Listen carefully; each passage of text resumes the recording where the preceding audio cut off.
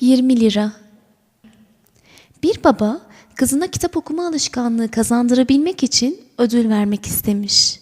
Ve "Kızım, eğer sana verdiğim şu kitabı bitirirsen 20 milyon lira vereceğim" demiş. Bu teklif çocuğun çok hoşuna gitmiş. Ama kitap okumayla da pek arası yokmuş. O nedenle "En iyisi ben bu kitabın özetini kütüphaneden araştırıp bulayım. Onu iyice ezberleyeyim. Babam okudun mu diye sorunca da o özeti anlatırım" diye düşünmüş. Ve çocuk gitmiş.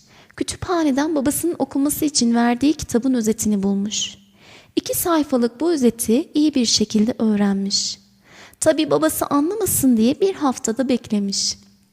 Bir hafta sonra "Babacığım, ben kitabı okudum. Ödülümü verir misin?" diye sormuş. Babası kızından kitapta geçen konuyu anlatmasını istemiş.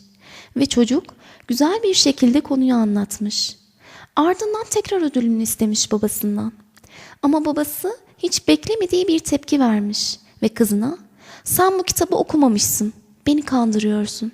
Çünkü eğer okusaydın kitabın içine koyduğum 20 milyon lirayı bulurdun"